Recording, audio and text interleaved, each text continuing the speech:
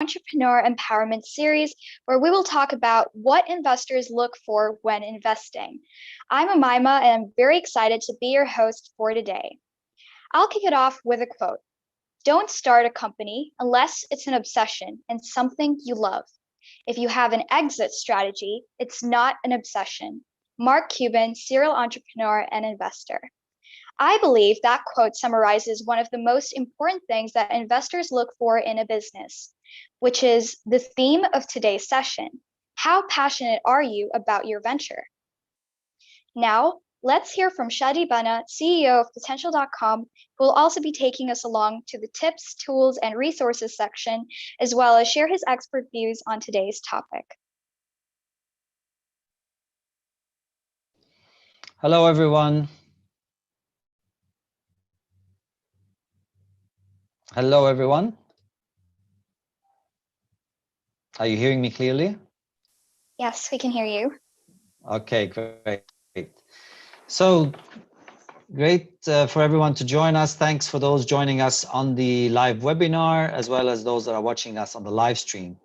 So we get this is the 12th episode of the SME Empowerment Program's webinars, and we've been getting a lot of questions about funding, access to funding, and what do investors look for. So we wanted to first kick it off by giving you, highlighting again to you on the platform, on the potential.com /SME. If you go there, you register. I'm sure a lot of you have already registered. It's free and has lots of resources available for you. So if you register and you go to the dashboard, and here we have a screenshot of the dashboard, and you go to the additional courses, additional content, there's a course called Funding and Investment. That course is really very, very important for you to go through if you're looking at raising funding, but also if you just want to structure your thoughts and your, the different elements of your business in a way that is interesting for investors, but more importantly, interesting for you to define your own plan, your own way of approaching the topic. So on the next slide, you're going to see the content of this course. So, and this summarizes what any investor would really want to basically ask you. So the first unit is about defining your customer segments. And that's a very important point that usually comes across anytime we're talking to entrepreneurs. It's very important for investors to see that you have defined who is it that you're going to be serving as a customer. Who is the customer segment that has the most to gain from your offerings? So the customer segment could be niche segment. So you're talking about, I'm helping youth that are in this age bracket to learn how to be better prepared for the future. That could be your target segment. Or you could say, I'm supporting CEOs of manufacturing businesses, help improve their asset management. That could be a niche segment that we're going after. If you have a niche segment like that, it shows your investors that you're really focused on the target audience that has the most to gain from you. And this gives them a lot of confidence. So that's a very important thing to focus on anytime you want to talk to investors. The second thing in Unit 2 in this course, you'll find defining your value proposition. So what is it that you're offering your customer segments that is different from what others offer them? And again, fine-tuning the wording, fine-tuning the benefits, those are the kind of things that you really want to get across in a succinct way, efficient way. Then there are these different other units that talk about how will you reach those customers? Will you go direct, or will you go direct, meaning that you will have your own website and they'll come and buy from you directly, or you sell them in a physical store? Or will you go through channels, your partners that will buy your products and then sell it themselves, or retailers that will buy your product and then sell it in their stores? So that's an important element. After that, you also look at what would be the way in which your customers will purchase from you. Will they purchase something in a one-time fee? For example, the way that we now buy a TV, we go and we buy the TV and we put it in our home. But we buy Netflix on a subscription basis. So these are different models of selling it. we used to say that you would buy cars in a one-time fee, basically, and you buy the car and change it every 10 years or so. These days, or moving forward, you might see that cars will be bought on a subscription basis, where you could subscribe to a car program, similar to what you do with the leasing of a car. But these are all different innovative business models, and you would need to think, what would be the best way that my customers can buy from me? And then we go into other aspects of your resources. What's your team? What are the core members of your team, the core members of your assets, the resources that you need to run your business, the partnerships in place, and then the financials, your pricing model, your cost model. Does this look like it's going to be a profitable business? What is your customer acquisition costs? What is the lifetime value of the customers that you're acquiring? These are all very important things that all investors would be keen on seeing. And now you could see here on this next slide, in each one of these units, there's this section called Building Your Action Plan. And these are open-ended questions that you can answer in response to that topic. And these are for you. They're designed in a way where you can reflect on what we've talked about in the unit. So you see a video in that unit around customer segments, explaining the different segments or the ways you can handle it. And then you'll be asked to answer here, how would you approach this? You could answer your questions in whatever comes to your mind first, save your answers, and then as you go through the course, you can come back to these questions and reflect on your answers, change them, update them. But the most important thing is at the end of that course, you could generate your action plan, which is a collection of all of your answers. And that action plan will be your skeleton of a business plan that you could then, work on, fine tune, and keep on revisiting. Now, depending on the stage of your business, whether you're a startup, a micro, small or medium business, your approach to investors would be different. Your approach to the answers that we just went through that in that course would be different. And they evolve as you go along. And it also changes based on the kind of business that you're in, whether you're in a trading business or you're in a manufacturer or you're a services business. Each one of them will have a different level of size in terms of number of employees or revenue.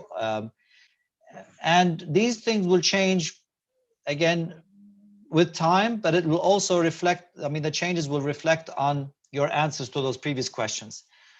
Depending on the stage that you're in, you are most likely to approach certain investors more than others.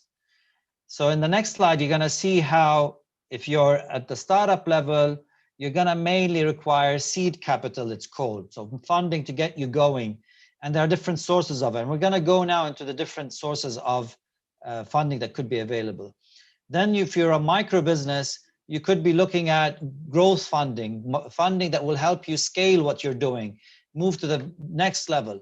If you're a small business that is already running, you already have some predictable revenue, then it's quite easy for you to get financing instead of investment if you need to bridge some cash flow requirements. So you could go to banks and get some money from them to finance. Since you would have some recurring money coming in, your business is stable, banks will be more likely to give you some money, and you wouldn't have to give away necessarily part of your shares to sustain your business.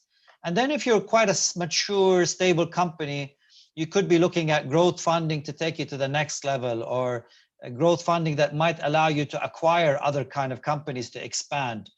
And again, in each one of these stages, you'll find that the metrics are, or what the priorities for you would be a little bit different.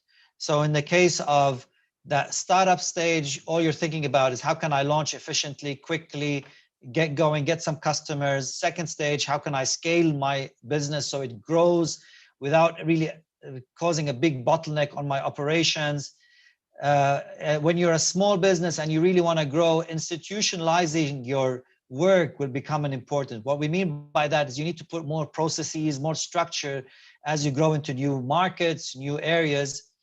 And of course, the final stage is when you expand, which could be done through mergers and acquisitions or other kinds. So what we're going to do next is we're going to go through the different sources of funding and discuss together how do they, stack up on several levels. You can see here there are three icons. The first icon is how does it stack up from the amount of money that you can get. The second icon is the time. How long will it get you to raise that kind of funding? And the third is a compass. How strategic is this kind of source of funding for you? So who can tell me, for those that are joining us on the live session, what does FFF mean? So I'll give you a clue. The first two is friends and family. So that's one form of funding that is common, where when you, especially if you're very early on, starting up, and you have a great idea that you think is really good, you turn to your friends and family because they really trust you. They're not really necessarily going to understand the idea, but they trust in you, they believe in your vision, so they'll probably give you some money. It won't be necessarily a lot of money, but it could be some money to get you going, and it can be brought in a very relatively efficient manner, so in a quick time. But it's not very strategic because it's not, these people are, giving you money because they are believing in you, not necessarily because your idea is great or your business is great. So it doesn't get it's not as strategic. So FFF, what's the third F? Friends and family are the first two. What would you think is the third F that is used in this? Muhammad Sakar says fools. Absolutely. So again, the reason why we say this, friends, family, and fools, is because, again, the people that are taking and giving you possibly your business, are believing in you. They might not have any clue about your business or how successful it's going to be, but they're just giving you the money because they're willing to bet anything on you. So that's the first kind of funding, and that's the easiest, quickest way to basically get funding. Second way that is also used a lot in the launch phase is either tapping into a government grant or participating or trying to join an incubator, accelerator program. So usually with these kind of programs, you can get sometimes grants. It doesn't have to be that they will take shares in your business. In some cases, they do take shares in your business. The value of the money that you could raise is not huge because the aim of this money is to get you to move from that very early stage of the launch phase into a stage where you prove that your product has usability, that there are customers that are interested in it, that there are people paying for it. So this is the second, form of funding that can be accessed. A little bit more money, takes a little bit more time as you go through the evaluation process in the incubator or for applying for a grant. It could be considered quite strategic because these government or incubator or accelerator programs are already doing some due diligence on your idea, on you as a founder, and on your team if you're a team. So that it has some better strategic value than, of course, the friends, family aspect. The third kind of money or access to funding that is used a lot is through this form. Can anyone tell me what's this icon? So this is another form of funding that is tapped into a lot in the early stages. And these are angel investors. So they could be individuals who are well off that would like to invest in other businesses. They could be angel investment networks, so organized groups of investors that actually invest in businesses in a professional way. And it really depends on the kind of angel investors that you get. Again, the range of value is not huge, but can be substantial in the initial phases as you launch. The timeline to get that funding could be reasonable, doesn't have to take a lot of time. And depending on the professionalism of the angel investors or the network, it could be very strategic or maybe not as strategic as much if they're just wealthy investors who want to give you a return. The more you can basically go into investors that have a structured way in which they evaluate the investment, the more strategic it would be. Now, the other form of funding that could be used at the launch or scaling up phase is crowdfunding, or crowdfunding your projects. Now, there are different forms of crowdfunding. You could basically raise money for equity crowdfunding, so where people take shares in your companies. That could be one form, or it could be crowdfunding in the form of a loan. So you could raise some money to get, for a loan to your business. It could be also project-based crowdfunding, where you have a project that you're working on, and you go and you get it funded to get that product or project that you're doing up and running.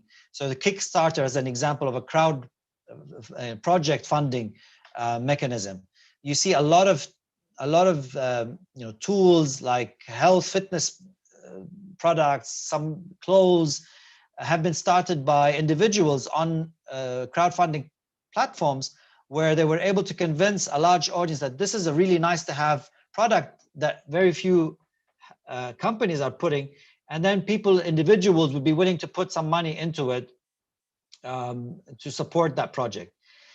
NFTs, non-fungible tokens, are another big form of funding that could be used and is developing a lot in this area. It's very useful for any artists, musicians that would like to also raise some funding.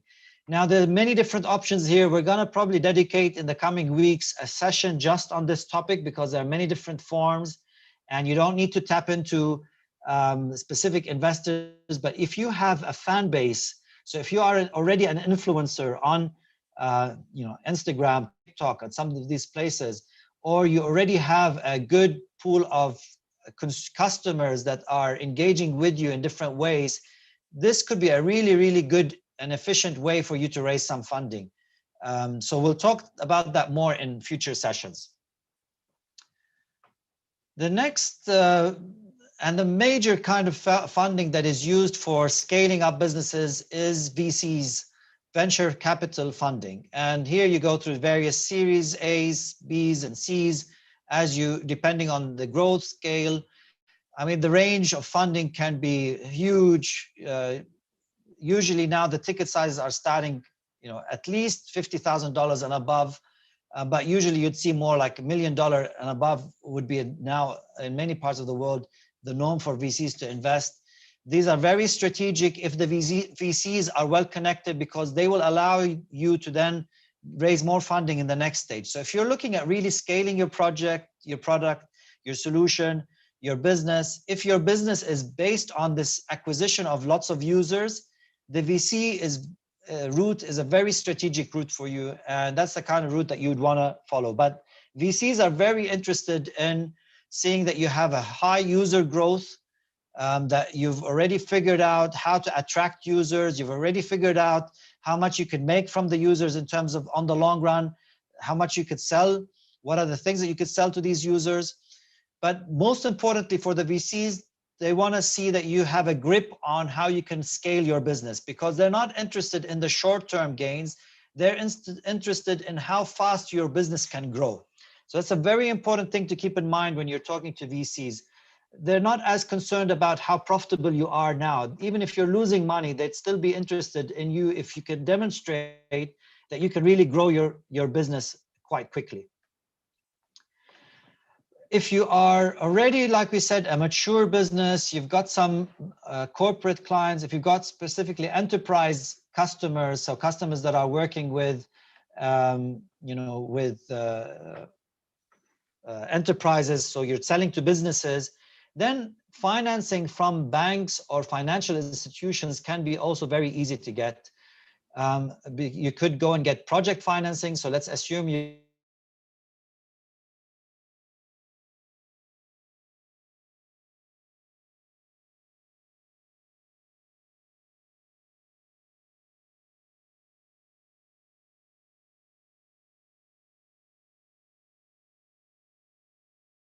by buying some equipment. The banks would be very interested in financing that because they can use it as an asset for collateral. So there are good ways in which you can tap into financing from banks or financial institutions if you have a running business that is predictable in terms of money coming in, And that's where you could get a lot of good, it could be a good amount of funding as well. The final funding aspect we're going to look at is PEs, or private equity. Now, PE or private equity is mainly targeting businesses that are quite large, that have predictable revenue coming in. The private equity companies, investors, are different from VCs. They're not looking necessarily at high user growth. They're looking more for profitability, predictability. They are mainly looking at how can this business grow by acquiring more businesses or being acquired by other businesses. But more importantly, they would look at how much dividends will be provided at the end of the year, how much profitability can this company generate. Those are the kind of things that PE firms would be looking for if you're looking at raising funding from them. So these are the various forms of funding avenues, and what each one of these funding avenues would sort of want to prioritize or look for in your business. Like we said, we're going to be going into some of these areas in more details in future sessions, but I hope this gives you a good view of the landscape, so that you identify which investor or funding model would be best suitable for you at this stage, and how would you need to position your business for that funding angle at this stage. So that's it from my side. I'm available on chat. I'll be responding to you if you've got any questions there, and we'll pass it on to the rest of the team for now. Thanks for listening. Thank you, Shadi. And now for the Did You Know and Newsworthy segment. As always, I've prepared a couple of intriguing ones that cover our topic for today, and I'll be sharing in a few. But first, the aim of this segment is for us to share useful insights and news that we hope will help you spot opportunities for your business. So be sure to take notes of some of the insights that you may find the most helpful. Let's get started with statistics this time. Small and medium-sized businesses are major drivers of global economic growth. Over 90% of the business population represents small and medium-sized businesses, also known as SMEs, according to Salesforce. Improved access to global markets and knowledge networks, as well as digitalization, have all played a major role in the advancement of SMEs to participate in the global economy. And overall, SMEs have contributed significantly to global economic growth by providing employment, promoting sustainable industrialization, and fostering innovation. 2, what is the percentage of small businesses that fail? One of the biggest fears of most businesses that are starting out is the risk of failure, and it's not an unrealistic fear. As a matter of fact, more than 50% of small enterprises fail in the very first year, and more than 95% of small startups fail within the first 5 years, according to Converge Hub. This statistic shouldn't discourage you, but instead it should do the opposite. By knowing why and how the majority of small businesses fail within their first year, you can plan a business strategy to overcome potential risks that might come your way. However, keep in mind that when talking to investors, since they know that most businesses will fail, you will need to convey to them your confidence in being able to overcome the challenges that you will definitely face. What is the primary reason that new businesses fail? Well, the primary reason that new businesses fail is because of a lack of market demand. In fact, 42% of small businesses fail because of this reason. So, if there's one thing you should be sure about before you start your business, is the need for what you're offering to customers. This is essential to keep in mind when pitching to investors. Make sure you demonstrate that you are confident about the market demand through your customer growth and usage rates or market studies. That's all for the statistics for today. Moving on to the last bit of the segment, here's Did you know what the single biggest reason is on why startups succeed? We'll answer this based on Bill Gross's famous TED Talk. Bill Gross founded many years ago Idea Lab, a business incubator, and evaluated 100 of the Idea Lab companies and 100 other successful companies to find the secrets of success. What came out to be one of the most important factors of success is the team. According to Bill, if you take a group of people with the right equity incentives and organize them in a startup, you can unlock human potential in a way never before possible. It's the team, the execution of ideas, and adaptability that mattered even more than his initial belief of what the primary factor of success was, the idea. He quoted Mike Tyson's "Everyone has a plan until they get punched in the face" as the same in business. Similarly, a team's execution is the ability to adapt to getting punched in the face by the customer. So, the customer is the true reality. Make sure to keep that in mind when talking to investors. That's all from my end for this week. And now I'd like to hand over to Daria, project manager at Potential, to take over for the entrepreneur section. Thank you, Umaima. Hi, everyone. As you heard at the beginning of this session, passion, love, and even obsession are the main reasons to start a company. But when approaching investors, there are other important elements that you need to think of. So investors are in business of putting money into growing businesses so they can make money and they can see the return on investment. So your task is to show them that you will do just that and that you will do it better than the other investment opportunity that they have at hand. So to make a successful pitch, the most important thing you can do is to be prepared. Your business plan should be as watertight as you can make it. Also, what you should convey to investors is what is unique, what is different about your service or product that makes it stand out. Does it have a market? Does it solve a unique problem? Is it new or is it something different? So also your story, it should be compelling and well thought of. You should know exactly what you're going to do with your money and how exactly the investment is going to be structured. You should show your potential investors what you're thinking about the future also, because this is number one of their concerns. So now I wanted to hear a little bit from you. So you will be seeing the poll. So first, Shadi was talking about different sizes of the companies and different sources of the funding. So at the moment, which sources of the funding are you using? Are you using just your own savings? Are you using the friends and family and fools funds? Are you being funded by angel investors, venture capitalists? And which elements do you believe you need help with? Here you can choose many, from market research, business plan, product and service development, also team development. We heard that team is very important. Finance and accounting, maybe, marketing and advertising. I'm gonna leave you a little bit more with it.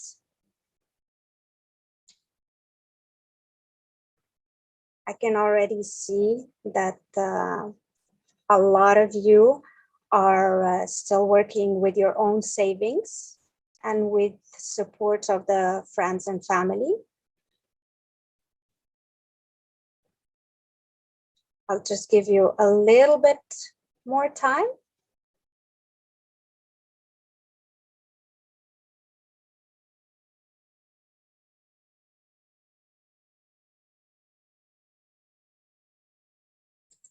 Thank you so much. I will be just talking about the results. So 86% are working with their own savings, 30% with friends and family as well, and 7% with already angel investors. So in terms of the issues that you're facing, in terms of the elements where you believe you need help, the leading part is marketing and advertising, followed by finance and accounting, business plan, and market research. So it seems that you need help in a lot of the areas. You can also check. We had the webinars, and we have some sources which can help you in certain areas. And of course, you can look into it from other ways. I just want to finish with one thing regarding the investors. Basically, they are there to put the money into the businesses where they can make money themselves. So if you can demonstrate to them that your business will make money, then you're already 90% there. Thank you. Thank you, Daria. And lastly, here's Lejane for the Q&A.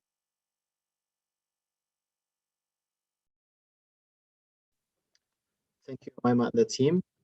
So for the Q&A section, I'm just gonna run through the platform because we launched really a nice feature for you to use, especially when we are away from the webinar, so you can still ask us questions by using the platform. So just to recap, as Shadi mentioned in the slides, for you to register on the SME platform, you need to go into www.potential.com/SME. And then from here, you will see the registration form. You can fill it out and click on register for free. But to fast forward the discussion, I'm just going to log in using my account. So if you want to log in, you click on login and you will be directly redirected into your user dashboard. And as Shadi mentioned, in the user dashboard, you will see all the sections that are beneficial for you. You can go ahead and check the courses and the digitize your business section, as well as the additional courses. So for the Q&A, we have a new feature in the header that is called FAQ. So if you are clicking on the header through FAQ, you will see the questions that are already there in the Q&A section. So for you to know how to use it, there's the search bar right here. So in the search bar, you can search for any keyword to check if there is any question that was questioned before by the users. Other than that, if you can't find it, you can proceed to ask your own question. So let us go ahead and ask our first question right here. For example, how to use my points. And in the search bar, you will also find anything that is related to the keywords that you are typing, just in case to avoid duplicates. And then you can type in here your answer. After finishing up, you can select the answer category, which is general inquiry. We will add more. It's option for you to set up tags, and you click on submit. And here is my answer as I just submitted it. It is open for the public, and anyone can go ahead, subscribe to it, so you can receive email notification about it. You can type in comments, and you can type in your own question. Now, if you are the one that answered that asked this question, you can mark it as resolved or closed, or keep it open for discussion, as well as you have the ability to delete the question right here. And make sure that you can go into the questions from the main page, so you can see it right here. And we have as well additional questions from the SME admin user. Thanks a lot for today. And if you have any questions, you can either ask them right here, or you can send us an email through smeep@potential.com. All right, Over you, to you, Jane. Maria. Yeah. Thank you. And thank you to everyone for attending the webinar today. And we look forward to seeing you next Tuesday at the same time.